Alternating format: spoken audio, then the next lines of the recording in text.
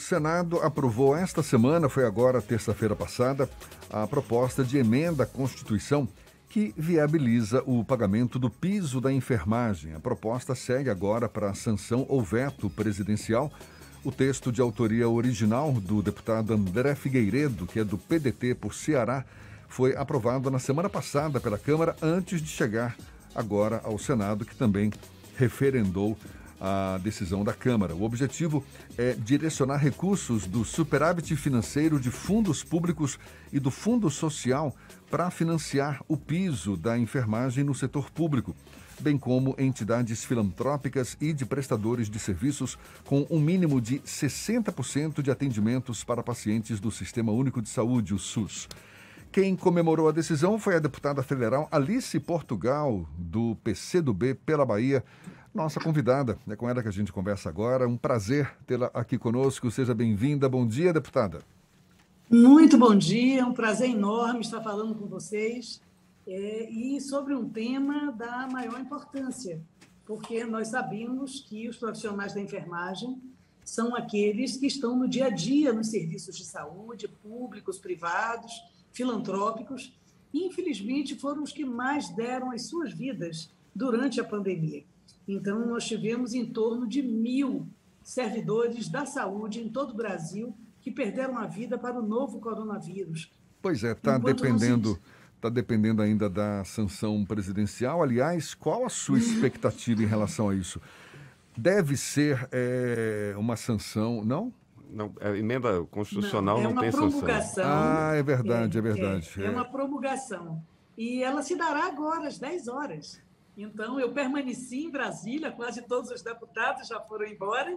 Né? Então, pode-se, de fato, já comemorar essa conquista Podemos sim, Jefferson. E que enfrentou uma grande polêmica até então, não é? Veja só, nós estamos num período de retração de direitos. Infelizmente, esses últimos 3 anos foram anos de mudança das regras trabalhistas, em onde a carteira de trabalho saiu de moda, né? Infelizmente, o desemprego campeou, e nós tivemos uma resistência enorme, são mais de 20 anos lutando por pisos salariais da enfermagem, da farmácia brasileira, dos fisioterapeutas. Eu, como profissional de saúde e militante, né, da educação, deputada, indo agora para o meu 7º mandato, né? Nós temos, 6º mandato, nós temos a efetiva compreensão de que é necessário dar um salário digno. Não é justo que um enfermeiro que estuda 4 anos e meio, 5 anos em universidade, perceba um salário de R$ 1.400, na maioria dos municípios brasileiros. Então, o projeto entrou pelo Senado, aprovamos na Câmara, depois de formarmos um grupo de trabalho, o presidente da Câmara colocou isso como uma condicionante. Então, tem 1 ano que esse grupo foi criado, exatamente no dia 21 de dezembro do ano passado, o grupo de trabalho foi criado. Eu trabalhei as férias inteiras para que a gente chegasse ao montante. O montante foi achado, não era 60 bi, como os empresários diziam, era 16 bi, para pagar o piso de uma categoria de quase 2,5 milhões de pessoas, né? De nível superior, de nível médio e parteiros, né? São enfermeiros, técnicos, auxiliares e parteiros. 16 bi para um país que tem, não é, 3 trilhões de orçamento. E aí aprovamos a lei, mas, infelizmente, provocado pela Associação Brasileira de Hospitais Privados, o ministro Barroso concedeu uma liminar suspendendo, e não revogando, suspendendo a lei para que nós indicássemos de onde ia sair o dinheiro. Esse era o papel do Poder Executivo, do presidente Bolsonaro, mas caiu no nosso colo. Mais uma vez, nós passamos aqui meses estudando, e o deputado Mauro Filho, do Ceará, Mauro Benevides Filho, filho daquele velho Mauro Benevides, ele é um estudioso em matéria fiscal e acabou percebendo a paralisação do superávit, do lucro dos fundos públicos do Brasil. Fundo de saúde, fundo de audiovisual, nós temos aí uma enormidade de fundos, 30, e com o dinheiro parado. E que, nos anos anteriores, estava pagando dívida pública a bancos. Então, fizemos esse projeto, eu fui a relatora, aprovamos na Câmara, aprovamos no Senado, como você relatou, e hoje o presidente Rodrigo Pacheco vai sancionar. Esse dinheiro, ele paga o piso por 3 anos, ele não tem impacto no teto de gastos, ele não impacta as prefeituras, quero tranquilizar os prefeitos, né? Ele vai direto pelo caixa, agora às 8h30, já vamos discutir o mecanismo de divisão do recurso. E nós vamos assistir setor público, federal, estadual e municipal, assistir às filantrópicas e hospitais particulares, mas que tenham contratualização, que atendam o SUS em mais de 60% das suas atividades. Alice, e o setor privado? O setor privado, nós temos projetos de alívio na desoneração da folha, né? Recursos, e no futuro vai se discutir a remodelação, a atualização da tabela do SUS. Mas é preciso compreender, né, que o setor privado pode pagar. Deputado, eu ia fazer... Bom dia, Ernesto, aqui. Eu ia te fazer uma pergunta Ernesto, exatamente... Tudo bem, prazer em te entrevistar pela primeira vez depois de muitos anos, né? É verdade, prazer também. Eu queria te perguntar exatamente sobre o setor privado. Primeiro, dar um testemunho pessoal, porque já fui paciente internado em um hospital um mês, então eu sei o valor, o quanto esses profissionais são importantes para as pessoas. E, às vezes, a gente não se dá conta da desproporção entre a rotina, a vida e o rendimento de um auxiliar, de um enfermeiro e de um médico medalhão, né? E a gente que fica na mão dos profissionais sabe a importância deles. Então, meu reconhecimento pessoal e meus parabéns pela vitória nessa luta. Agora, eu queria te perguntar o seguinte, que eu vi uma coisa que me revoltou muito. Acho que logo quando foi aprovada a lei, antes da PEC ser aprovada, que foi uma ação de assessoria de imprensa, inclusive, espalhando na imprensa do interior inteiro, imagino que nos outros estados deva ter sido a mesma coisa, espalhando um pânico entre os renais crônicos, as pessoas que dependem de hemodiálise, de 2, 3 sessões de diálise por semana, dizendo que essas clínicas privadas iam fechar por causa do aumento do piso desses profissionais. Eu achei isso de uma crueldade, uma desumanidade tão grande, porque eu tenho amigos que são renais crônicos, eles inevitavelmente desenvolvem relação de afeto, de amizade com esses profissionais, que é quem cuida, né? É quem opera as máquinas, etc. Tem algum risco desses centros de diálise conveniados pararem por causa disso? Nenhum risco. A maioria dos centros de diálise estão neste grupo que eu acabei de desenhar e botei no meu relatório. 60% contratualizado SUS. A maioria absoluta, quase a totalidade, dos centros de hemodiálise estão contemplados nessa categorização e estarão incluídos no recebimento, não é, desse recurso, que é um recurso que estava parado na União, que não vai impactar o teto de gastos, que não mexe em qualquer recurso de outras áreas, não tira dinheiro da saúde, não tira dinheiro da educação e, sem dúvida alguma, vai poder subsidiar municípios, setor filantrópico e esse segmento do setor privado a pagar melhor os seus profissionais. Você bem sabe, Ernesto, que um profissional que sai de um tratamento de hemodiálise, não é? Retirando o sangue inteiro de um paciente, passando por uma máquina, purificando, não é, aquele organismo, ele tem também um impacto emocional. Aí ele sai dali correndo, como eu vi centenas de vezes no Hospital das Clínicas. Eu sou farmacêutica e bioquímica, né, da pesquisa, então era um trabalho mais focado, organizado, mas via minhas amigas enfermeiras saírem de cabelo molhado, de um plantão para outro trabalho de 8 horas. Emendar 2, 3 plantões. Emendar 2 e, às vezes, 3, para poder sustentar a sua família. A maior parte desses profissionais são mulheres e arrimos de família, né? Nós sabemos o quanto isso é penoso. Aos 40 anos, essas trabalhadoras elas já estão envelhecidas, já estão adoecidas, né? A Organização Mundial de Saúde orienta que o trabalho de um profissional de enfermagem seja de 6 horas diárias, porque realmente é penoso, é cabeceira de leito, é banho de leito, não é? É orientação para a administração medicamentosa, não é, que o farmacêutico orienta, mas quem aplica é o profissional da enfermagem, em qualquer nível. Então, é realmente um trabalho ultra penoso. E para diminuir erros, é necessário remunerar com decência. E é necessário garantir uma jornada de trabalho humanizada. E isso daí nós estamos ainda perseguindo, né? Porque o piso, você veja a revolução.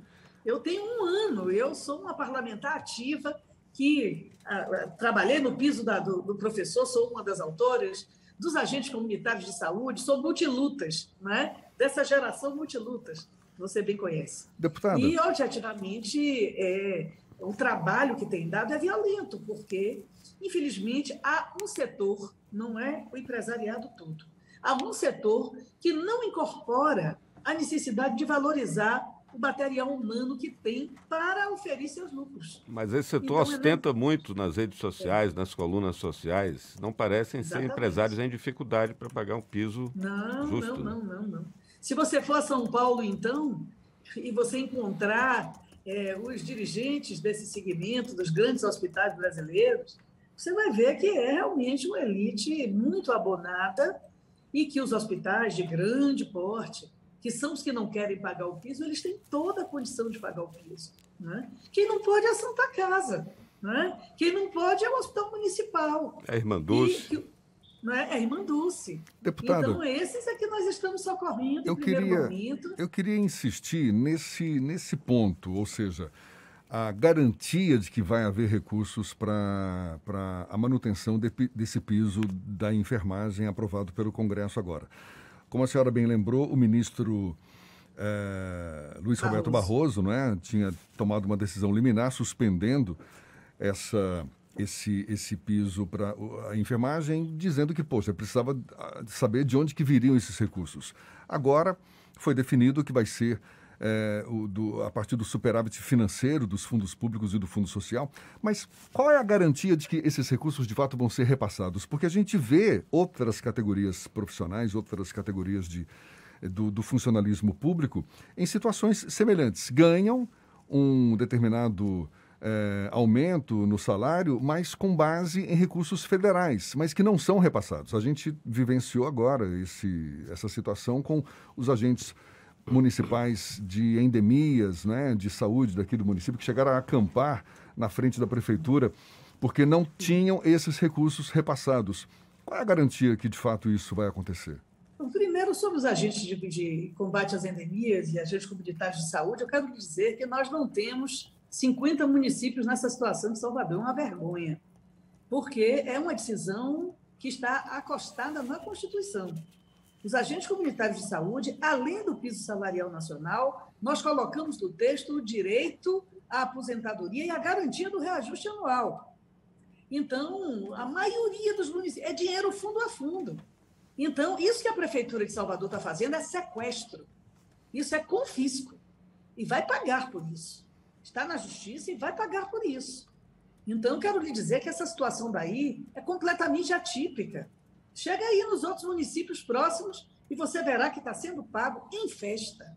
Aliás, eu fui a várias festas dos agentes comunitários de saúde, né, que eu tenho a honra de compartilhar o meu mandato, e você vê aqueles profissionais que são a porta de entrada do SUS, desculpem, porque eles vão até onde a polícia não vai.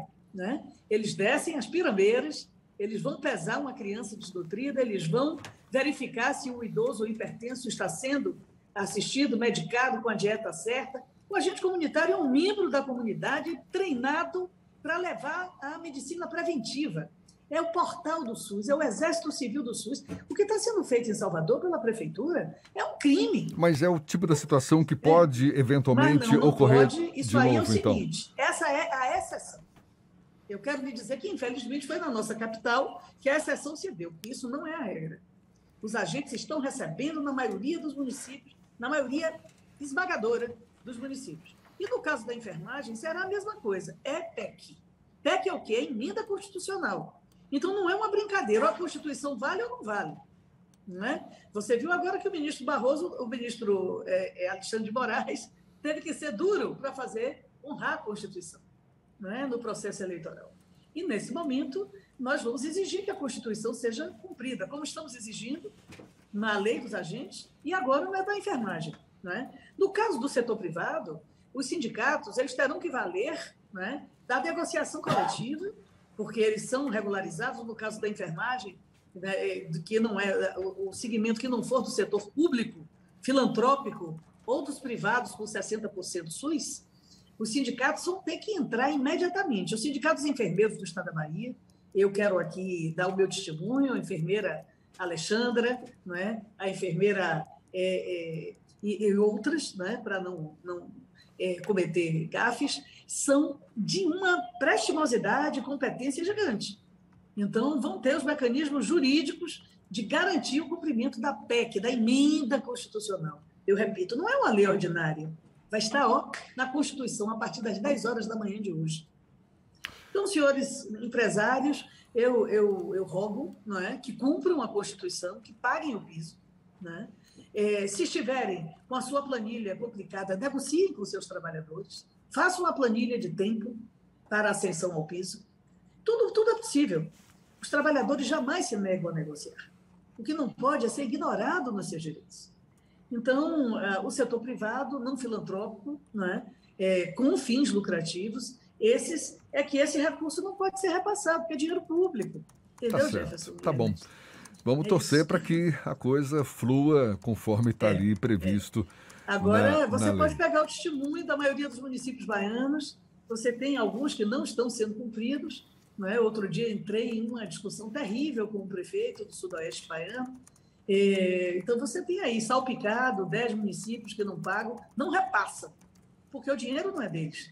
O dinheiro, no caso dos agentes, vem do Ministério da Saúde e é o dinheiro que nós botamos também para o pagamento do piso. Tá bom. Então, é isso, é um país gigante, é um país continental, né? Onde você convive o tempo inteiro com injustiças, mas também celebramos o alcançar de direitos. Deputada Federal Alice Portugal, que é do PCdoB pela Bahia, muito obrigado pela sua disponibilidade, pela atenção dada aos nossos ouvintes. Bom dia, um feliz ano novo já, desde já, desejando. E nós também desejamos para vocês um feliz ano novo, muita saúde, celebrar a saúde e a vida, não é? É isso aí. Nosso querido jornalista Ernesto e todos e todas que nos escutam nesta entrevista matinal. Para mim, um prazer. Estou sempre disponível para vocês. Muito obrigado mais uma vez. Um abraço forte. Agora são Alice. 7h56 na Tarde FM.